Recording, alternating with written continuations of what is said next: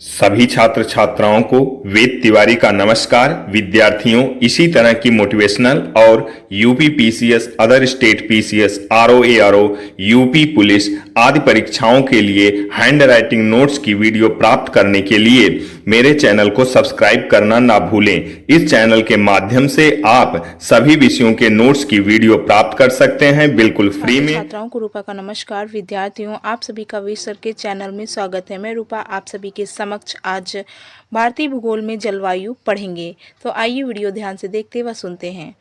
जलवायु, जल प्लस वायु से मिलकर जलवायु बनता है। जलवायु वर्षा, तापमान, पवनों का प्रवाह, मृदा। भारत एक मानसूनी जलवायु वाला देश है। मानसून शब्द पवनों के प्रवाह को इंगित करता है। इसमें पवनों को प्रवाह 6 माह का होता है। पवने 6 माह तक स्थल मार्ग से जल मार्ग की ओर एवं 6 माह तक जल भाग से स्थल भाग की ओर चलती हैं। मानसून केवल पवनों के प्रवाह को व्यक्त करता है। मानसून शब्द का प्रयोग सबसे पहली बार अरब भूगोल बेताओ ने किया था। मानसून शब्द अरबी भाषा के मौसमी से मिलकर बना हुआ है। मानसून की खोज हितपल्स द्वारा की गई है। मानसून का वृहत एवं सटीक वर्णन आलमसूदी द्वारा किया गया है। भारत की जलवायु पर 2 कारकों का प्रभाव पड़ता है। उत्तर में हिमालय, दक्षिण में हिंद महासागर। हिमालय पर्वत एशिया से आने वाली ठंडी पवनों से भारत की रक्षा करता है एवं हिंद महासागर इसे उष्णकटिबंधीय स्वरूप प्रदान करता है। भारतीय मानसून को 2 भागों में बांटा जाता है। कौन कौन से, आइए देखते हैं। शीतकालीन, जिसे उत्तर पूर्व मानसून कहते हैं। ग्रीष्मकालीन, दक्षिण से पश्चिम मानसून। भारत में ऋतुएं, उत्तर से पूर्वी मानसून। उत्तर पूर्वी मानसून के अंतर्गत 2 ऋतुएं आती हैं। शीतकाल 1 दिसंबर से 15 मार्च तक माना जाता है। ग्रीष्मकाल 15 मार्च से 31 मई तक माना जाता है। दक्षिणी पश्चिमी मानसून, दक्षिणी पश्चिमी मानसून के अंतर्गत भी 2 ऋतुएं आती हैं। वर्षा ऋतु 1 जून से 30 सितंबर तक माना जाता है। प्रत्यावर्तन काल या लौटता हुआ मानसून 1 अक्टूबर से 30 नवंबर। शीतकाल 1 दिसंबर से 15 मार्च तक। भारत में शीत ऋतु सामान्यतः 2 सामान्य रहती हैं, परंतु कभी-कभी शीतलहर का प्रयोग भी देखने को मिलता है। तापमान ठंडे महीने जनवरी फरवरी, औसत तापमान 21 डिग्री सेल्सियस। पवनें शुष्क होती हैं। आसमान साफ रहता है। वर्षा सामान्यतः भारत में शीत ऋतु शुष्क रहती हैं, अर्थात वर्षा नहीं होती है। भारत में शीतकाल में वर्षा पश्चिमी विक्षोभ के प्रवेश होने के कारण होती है। पश्चिमी विक्षोभ पछुआ पवनें होती हैं, जिनकी उत्पत्ति भूमध्य सागर में होती हैं। ये फारस की खाड़ी, ईरान, इराक, सीरिया से होते हुए भारत में प्रवेश करती हैं। पश्चिमी विक्षोभ शीतोष्ण चक्रवात होते हैं। भारत में शीतकाल में सर्वाधिक वर्षा उत्तरी भारत में होती है। उत्तरी भारत का मतलब पंजाब, जम्मू कश्मीर। ग्रीष्मकाल 15 मार्च से 31 मई। तापमान ग्रीष्म ऋतु भी शुष्क व उष्ण होती है। औसत तापमान 30 से 32 डिग्री सेल्सियस। उत्तर भारत का सर्वाधिक गर्म महीना जुलाई का होता है। पवने ग्रीष्म काल में लू चलना मुख्य लक्षण है। वर्षा कभी कभी ग्रीष्म काल में वर्षा भी हो जाती है। कर्नाटक में यह वर्षा कहवा की फसल के लिए लाभदायक हो जाती है, अतः इसे यहाँ चेरी ब्लॉसम कहा जाता है। ग्रीष्म काल में तेज आंधियाँ आती हैं, जिन्हें पश्चिम बंगाल में नावेस्टर या काल वैशाखी कहा जाता है। दक्षिणी पश्चिमी मानसून वर्षा ऋतु 1 जून से 30 सितंबर तक माना जाता है। जून माह के आते आते सूर्य उत्तरायण हो जाता है। वह कर्क रेखा पर लंबवत चमकने लगता है, जिससे कि पेशवर पाकिस्तान के निकट निम्न वायु दाब का क्षेत्र बन जाता है। यही निम्न दाब का क्षेत्र वर्षा के लिए अनुकूल दशाएं बनाता है। व्यापारिक पवनें भूमध्यम रेखा को जैसे ही पार करती हैं, कोरियोल्स बल के कारण उनकी दिशा उत्तर से पूर्व से बदलकर दक्षिणी पश्चिमी हो जाती है। भारत में दक्षिणी पश्चिमी का मानसून कहा जाता है। प्रायद्वीपीय स्थिति के कारण यह मानसून दो भागों में बंट जाता है, अरब सागर का मानसून, बंगाल की खाड़ी का मानसून। पहली बारिश 1 जून को केरल के महेंद्रगिरी पर्वत से टकराकर होती है। अरब सागर का मानसून यह सागर पश्चिमी घाट से टकराकर सर्वाधिक वर्षा करती है। यह लगभग 200 सेंटीमीटर से अधिक वर्षा होती है। इस शाखा से केरल, कर्नाटक, तमिलनाडु व महाराष्ट्र में वर्षा होती है। भारत का एकमात्र राज्य उड़ीसा है जहां पर सूखा भी पड़ता है, बाढ़ भी आती है और चक्रवात से भी ग्रसित होते हैं। वृष्टि छाया प्रदेश पश्चिमी घाट का पूर्वी भाग वृष्टि छाया प्रदेश कहलाता है। कर्नाटक का पूर्वी हिस्सा, इलायची की पहाड़ियाँ कर्णिमान हिल्स केरल व तमिलनाडु के बीच स्थित है। यहाँ भी वृष्टि छाया प्रदेश का हिस्सा है। नागपुर में बंगाल की खाड़ी का मानसून व अरब सागर का मानसून दोनों मिल जाते हैं। दोनों के मिलने के बाद चक्रवाती वर्षा होती है। खंबात की खाड़ी व कच्छ की खाड़ी में उष्ण चक्रवात आते हैं। कांधला बंदरगाह गुजरात उष्णकटिबंधीय चक्रवात से सर्वाधिक विनाश सहन करता है। कांधला एक ज्वारीय बंदरगाह है। बंगाल की खाड़ी का मानसून भारत में सर्वाधिक वर्षा बंगाल की खाड़ी के मानसून से होती है। इस शाखा से असम, मेघालय, अरुणाचल प्रदेश सहित पश्चिम बंगाल आदि राज्यों में वर्षा होती है। सर्वाधिक वर्षा मानसिन राम जो कि मेघालय में है होती है, लगभग 1200 सेंटीमीटर। यह मेघालय राज्य में स्थित है। अरब सागर का मानसून चक्रवाती वर्षा करता है, जबकि बंगाल की खाड़ी का मानसून पर्वतीय वर्षा करती है। मलवा का पठार जो कि मध्य प्रदेश में है, बंगाल की खाड़ी से वर्षा प्राप्त करता है। भारत में मानसून की सर्वाधिक अवधि यानी रुकने का समय तमिलनाडु में है तथा सबसे कम समय का तक मानसून पंजाब में रुकता है। भारत में सर्वाधिक वर्षा पर्वतीय वर्षा होती है यानी पर्वतों से टकराकर होती है। मानसून का प्रत्यावर्तन काल सितंबर माह तक सूर्य दक्षिणायन होने लगता है, फलतः निम्न वायु दाब का केंद्र भी बदल जाता है। सितंबर के पहले प्रथम सप्ताह में मानसून राजस्थान के पश्चिमी भाग से लौटने लगता है। भारत में लौटते हुए मानसून से सर्वाधिक वर्षा कोरोमंडल तट यानी तमिलनाडु पर होती है। 21 मार्च बसंत विषुव, 21 सितंबर शरद विषुव। इस तारीख को पूरे विश्व में दिन रात बराबर होते हैं। जेस्ट स्ट्रीम भारतीय मानसून की उत्पत्ति में महत्वपूर्ण योगदान माना जाता है। ये अत्यंत वेग से चलने वाली पछुआ पवनें हैं जो पश्चिमी से पूर्व की ओर चला करती हैं। ये मुख्यतः 9 से 12 किलोमीटर की ऊंचाई पर प्रभावित होती हैं। इनकी खोज द्वितीय विश्व युद्ध के समय राजबी द्वारा की गई। कोपेन का जलवायु वर्गीकरण तापमान एवं वर्षा के आधार पर कोपेन ने भारत को 9 प्रमुख जलवायु प्रदेशों में बांटा गया है। आधार औसत मासिक वर्षा, औसत मासिक तापमान, औसत वार्षिक वर्षा।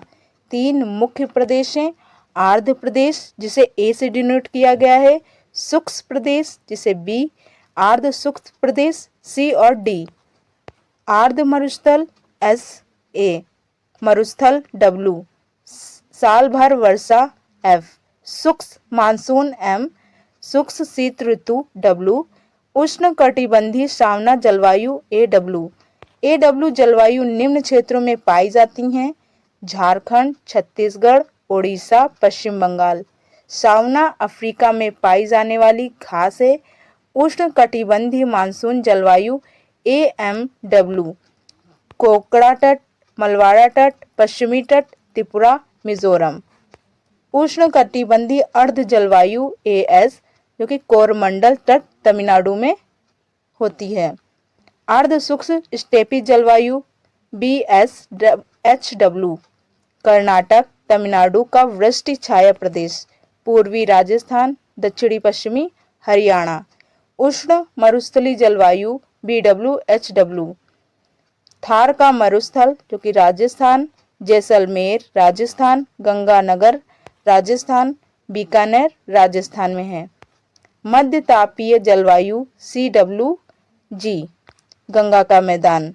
लघु ग्रीष्म अर्ध शीत जलवायु प्रदेश DFC अरुणाचल प्रदेश, सिक्किम। ध्रुवीय जलवायु जिसे ई से दर्शाया गया है और ये जम्मू कश्मीर और हिमाचल प्रदेश में पाया जाता है। टुंडा तुल्य जलवायु सी से दर्शाया गया है जो कि लद्दाख में पाया जाता है। आज हम लोग भारतीय भूगोल में भारतीय मृदा पढ़ेंगे। भारतीय मिट्टियाँ किसी भी देश की जलवायु का अभिन्न अंग मानी जाती हैं। वायलर एवं होलकर ने भारतीय मृदाओं को निम्न भागों में बांटा है। जलोढ़ दोमट मिट्टी, लाल मिट्टी, काली मिट्टी, लेटराइट मिट्टी, मरुस्थलीय मिट्टी। संपूर्ण भारत में पाई जाने वाली मिट्टियों का औसत मृदा भाग प्रतिशत में। जलोढ़ दोमट मृदा 43.6% भाग में पाई जाती है। लाल मिट्टी 18.4% भाग पर पाई जाती है। काली मिट्टी 15.2% भाग पर पाई जाती है। लेटराइट मिट्टी 3.7% भाग पर पाई जाती है। मरुस्थलीय मिट्टी 7.2% भाग पर पाई जाती है। अन्य शेष भाग। भारत में सर्वाधिक पाई जाने वाली मिट्टियों का क्रम जलोढ़ मिट्टी, लाल मिट्टी, काली मिट्टी, लेटराइट मिट्टी। जलोढ़ मिट्टी। जलोढ़ मृदा भारत का सबसे बड़ा मृदा वर्ग है। यह भारत के लगभग 15 लाख वर्ग किलोमीटर क्षेत्रफल में फैला हुआ है। यह भारत की सबसे उपजाऊ मिट्टी मानी जाती है। यह नदियों के द्वारा बहकर लाए गए अवसादों के निक्षेपण से बनती है। इसे बागर एवं खादर में बांटा गया है। विस्तार उत्तर प्रदेश, बिहार, पश्चिम बंगाल एवं छत्तीसगढ़ तक माना जाता है। इसमें चूना एवं पोटास की अधिकता होती है। इसमें नाइट्रोजन एवं फास्फोरस का अभाव अधिक होता है। इसमें मुख्यतः गेहूं, धान उपजाया जाता है। अब इसमें गन्ना, तिलहन आदि भी उगाया जा रहा है। लाल मिट्टी। यह भारत का दूसरा विशालतम मृदा वर्ग है। यह मृदा लगभग 6 लाख वर्ग किलोमीटर पर फैला हुआ है। आयरन ऑक्साइड एवं उपस्थिति के कारण इसका रंग लाल होता है। विस्तार तमिलनाडु, कर्नाटक का पूर्वी भाग, छत्तीसगढ़, आंध्र प्रदेश, उड़ीसा। इसमें मुख्यतः मोटे अनाज उगाए जाते हैं। एग्जाम्पल ज्वार, बाजरा, मक्का। काली मिट्टी भारत का द्वितीय विशालतम मृदा वर्ग है। यह भारत के लगभग 5 लाख वर्ग किलोमीटर में विस्तृत है। काली मिट्टी को रेगूर मिट्टी भी कहा जाता है। घास के मैदान में पाई जाने वाली काली मिट्टी चेरेनोजम कहलाती है। इस मृदा में कपास की खेती अधिक किए जाने के कारण इसे कपास काली मिट्टी भी कहा जाता है। यह स्वतः जुताई वाली मिट्टी है। इसमें नमी धारण करने की क्षमता सर्वाधिक होती है। यह गीली होने पर चिपचिपी एवं सूखने पर चटक जाती है, अतः इसमें दरार पड़ जाते हैं। काली मिट्टी का निर्माण ज्वालामुखी उद्गार से निकलने वाली लावा के जमाव से होता है। इसमें जैव पदार्थ का अभाव रहता है, जीवाश्मों का अभाव। इसमें लौहांश की अधिकता रहती है। विस्तार महाराष्ट्र सर्वाधिक होता है। कर्नाटक, गुजरात, मलवा का पठार। उगाई जाने वाली फसलें कपास, चाय, रबर, कहवा, सोयाबीन, मसाले। कौन सा कथन काली मिट्टी के लिए सही नहीं है? इनका विस्तार वेस्लट चट्टानों पर हुआ है। ये महाराष्ट्र में सुविस्तृत हैं।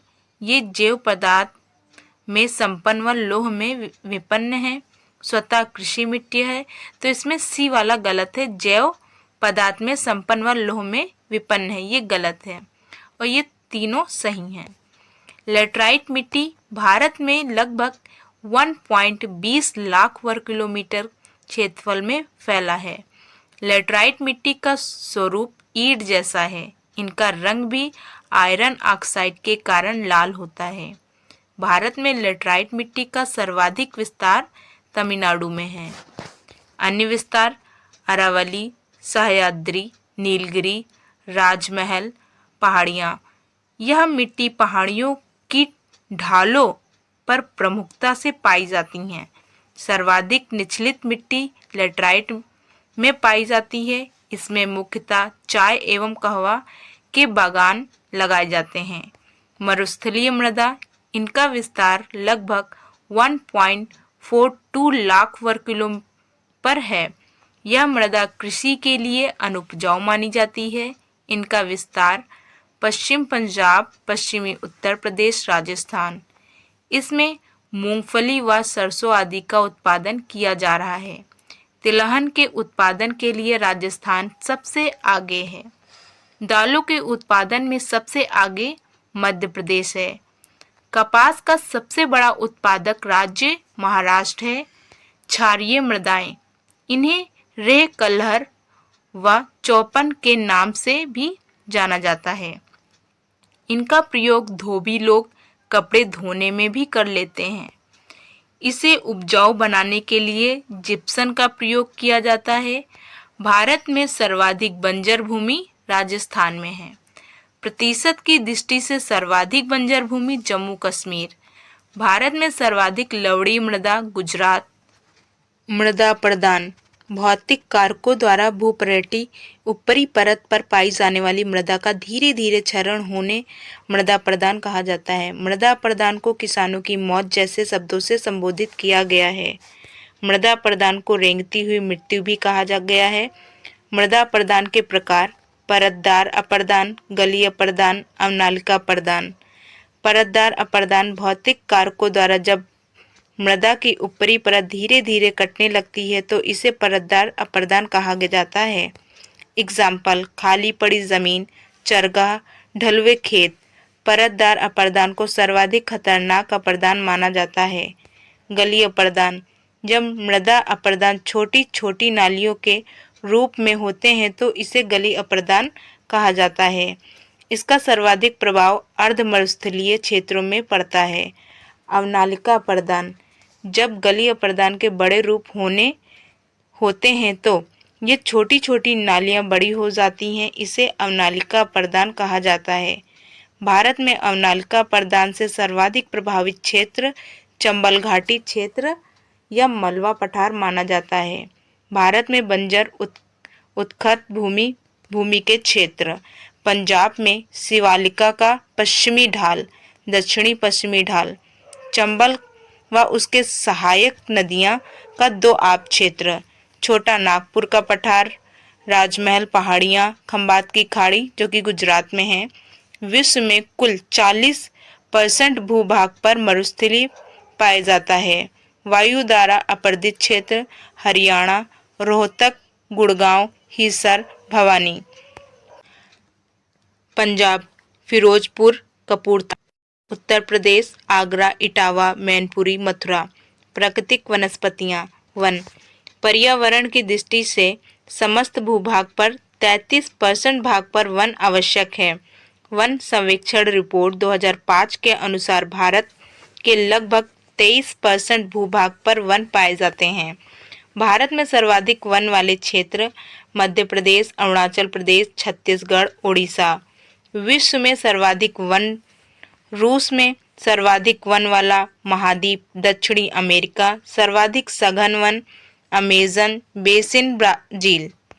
प्रतिशत की दृष्टि से सर्वाधिक वन मिजोरम, नागालैंड, अरुणाचल प्रदेश, अंडमान निकोबार। सबसे कम वन प्रतिशत वाला राज्य हरियाणा, पंजाब। सर्वाधिक वन प्रतिशत वाला केंद्र शासित प्रदेश अंडमान निकोबार। न्यूनतम वन प्रतिशत वाला केंद्र शासित प्रदेश दमन दीव। ये 2012 का है। आपको करंट के हिसाब से ये वन क्षेत्र पढ़ना होगा। अब इसके आगे, विश्व का कुल वन क्षेत्र 4033 लाख हेक्टेयर है, जो कुल भू क्षेत्र करीब 31% है। विश्व में वनों का औसत प्रति व्यक्ति आकलन 0.6 हेक्टेयर के स्तर पर है। दक्षिणी एशियाई क्षेत्रों में वनवारण यह के कुल भौगोलिक क्षेत्र का 19% है, जबकि भारत में यह 23% है। भूटान, श्रीलंका एवं नेपाल में वनवारण प्रतिशत भारत से अधिक है। सूडान के विभाजित होने के बाद शीर्ष देशों में वनवारण को लेकर भारत 9वें स्थान पर आ जाएगा। उष्णकटिबंधीय सदाबहारी वन, चौड़ी पत्ती वाले उष्णकटिबंधीय मानसूनी वन, पर्णपाती वन, उष्णकटिबंधीय शुष्क वन, कांटेदार वन, डेल्टाई वन, पर्वतीय वन। उष्णकटिबंधीय सदाबहारी वन इस प्रकार के वन उन क्षेत्रों में पाए जाते हैं जहां वर्षा 200 सेंटीमीटर या इससे अधिक होती है। ये वन अत्यंत सघन होते हैं। इसमें चौड़ी पत्ती वाले सदाबहारी वृक्षों की अधिकता रहती है, जैसे वृक्ष बांस, तार, रबर, महोगनी, एबोनी, रोजवुड़ा, वेत। असम, मेघालय, त्रिपुरा, मिजोरम, अंडमान निकोबार। उष्णकटिबंधीय पतझड़ वाले वन। उष्णकटिबंधीय पतझड़ वाले वन उन क्षेत्रों में पाए जाते हैं जहां वर्षा 150 सेंटीमीटर तक होती है। इन्हें मानसूनी वन कहा जाता है। ये ग्रीष्मकाल की शुरुआत में ही अपनी पत्तियों गिरा देते हैं, अतः इन्हें पतझड़ वाले वन कहा जाता है। वृक्ष साल, शीशम, सागौन, आम, नील, बरगद, चंदन, महुआ, हल्दू, साखू, पकर, गुल्लर। विस्तार उत्तर प्रदेश, मध्य प्रदेश, छत्तीसगढ़, बिहार, कर्नाटक, पश्चिम बंगाल। ये वन सर्वाधिक महत्वपूर्ण होते हैं। इनसे टिकाऊ लकड़ी मिलती है। आकरी का मतलब प्राचीनतम या पुरातन होता है। गोदावरी नदी बेसिन का क्षेत्रफल सर्वाधिक है। उष्णकटिबंधीय शुष्क वन, ये वन ऐसे क्षेत्रों में पाए जाते हैं जहां वर्षा 50 सेंटीमीटर से कम होती है। इन वृक्षों की छाल मोटी, पत्तियां चिकनी व जड़ें काफी गहरी होती हैं। इनको कांटेदार वन कहा जाता है। वृक्ष खैर, बाबूल, नागफनी, खेजड़ा, करिल, आंवला। विस्तार राजस्थान, गुजरात, दक्षिणी पश्चिमी कर्नाटक। डेल्टाई वन, इस प्रकार के वन नदियों के डेल्टा वाले क्षेत्रों में फैले हैं। इन वनों की ज्वारीय वन भी कहा जाता है। इसमें मैंग्रोव वनस्पति पाई जाती हैं, अतः इन्हें मैंग्रोव वन भी कहा जाता है। इनमें सुंदरी नामक वृक्ष अधिक पाए जाते हैं। सर्वाधिक विस्तार पश्चिम बंगाल, गुजरात, आंध्र प्रदेश, ओडिशा। पर्वतीय वन, ये वन हिमालय के पर्वतीय क्षेत्रों में पाए जाते हैं। इनकी प्राकृतिक ऊंचाई के साथ बदलती है। इसको मैप के थ्रू दर्शाया गया है, जैसे कोई वनस्पति नहीं इस पर। और 4800 मीटर टुंडा प्रदेश, 4500 मीटर कोड़धारी वन, 2500 मीटर शीतोष्ण कटिबंधीय वन, 150 मीटर 1500 मीटर सदाबहार एवं पतझड़ वाले वन।